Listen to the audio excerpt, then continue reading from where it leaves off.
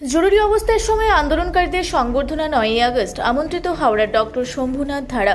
1975 সালে জরুরি অবস্থার সময় প্রতিবাদ আন্দোলনে অংশ নিয়ে জেলখাটা এবং অত্যাচারের শিকার হওয়া ব্যক্তিদের সংবর্ধনা দেওয়ার উদ্যোগ নিয়েছে বর্তমান বিজেপি সরকার।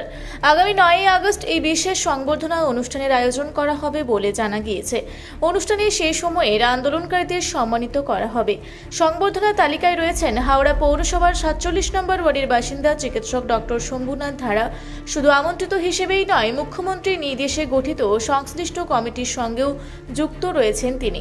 ডক্টর শম্ভুনাথ ধারা জানান, 1975 সালের 25শে জুন তৎকালীন প্রধানমন্ত্রী ইন্দিরা গান্ধীর নেতৃত্বাধীন কংগ্রেস সরকার দেশে জরুরি অবস্থা ঘোষণা করেছিল।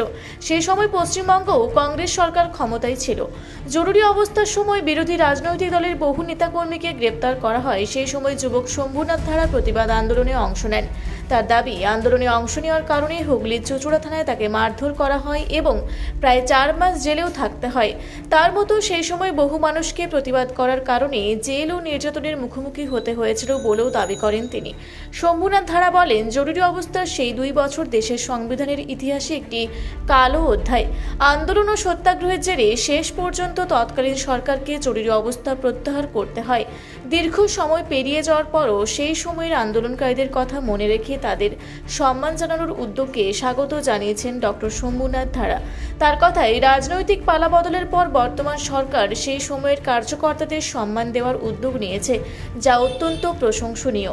আগামী 9ই আগস্টের অনুষ্ঠানে আমন্ত্রণ পেয়ে তিনি যেমন খুশি, তেমন সেই সময়ের আন্দোলনকারীদের সম্মান জানানোর উদ্যোগও গুরুত্বপূর্ণ বলে মনে করছেন তিনি। এখন নজর আগামী 9ই আগস্টের সংবর্ধনা অনুষ্ঠানের দিকে।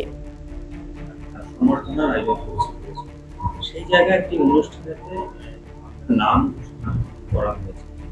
তো সেই ঘোষণা কি হলো, আপনার নাম কি বলবেন? আর অনুষ্ঠানটা কি হতে যাবে?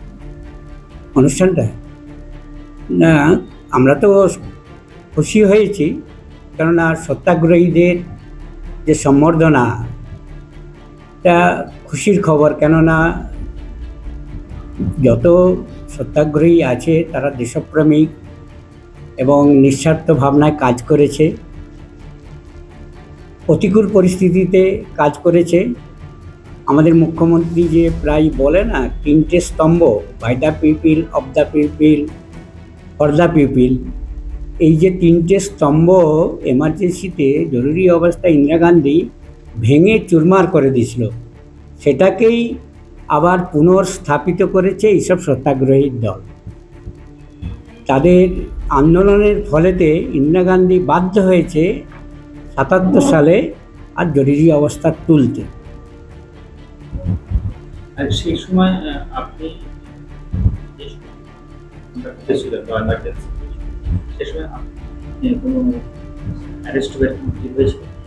হ্যাঁ, আমি তো চুঁচুড়াতে সত্যাগ্রহ করেছিলাম, অ্যারেস্ট হয়েছিলাম, আর চুঁচুড়া থানাতে বেধড়ক মার খেয়েছি।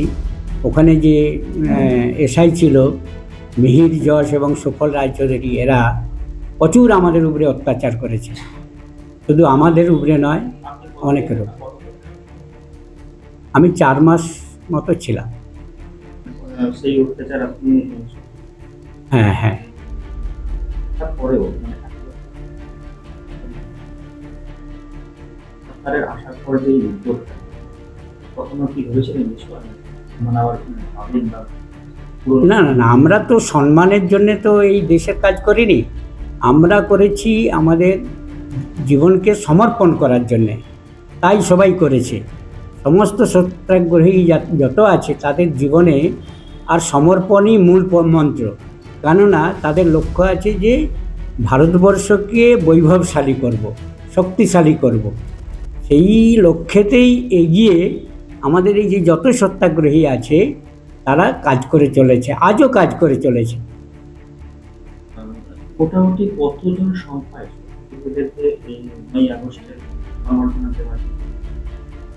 হ্যাঁ, এখনো পর্যন্ত আমার কাছে যা লিস্টেড হয়েছে 475 মতো লিস্টেড আছে। এই নিয়ে না, হ্যাঁ, আমাদের একটা স্বতন্ত্র সেনানী আছে, তার প্রেসিডেন্ট আমি, ভাইস প্রেসিডেন্ট আছে প্রতাপ ব্যানার্জি আছে, আর বিদ্যাসাগর মন্ত্রী আছে, আর দুজন উপদেষ্টা আছে, মাননীয় সুনীলপদ গোস্বামী, মাননীয় অদ্বৈতচরণ দত্ত। এনারা হচ্ছে আমাদের সঙ্ঘের অখিল ভারতীয় স্তরের কার্যকর্তা, তারাও আছে।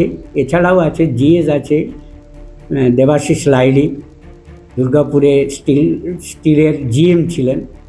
এছাড়াও আছে 4জন সেক্রেটারি আছে, সুপ্রিয় ব্যানার্জি আছে, সঞ্জয় রস্তগি আছে, ওমপ্রকাশ রাওয়াত আছে, আর স্বপন মান্না আছে। কমিটির মধ্যে এতগুলো মানুষের মধ্যে আপনি বলবেন, হুম। সেক্ষেত্রে এই যে সরকারে আসার পর যে উদ্যোগটা, আপনি মনে করছেন যে আপনাদের এই সরকারের সরকারটি পুনর্জীবিত হবে বা আরো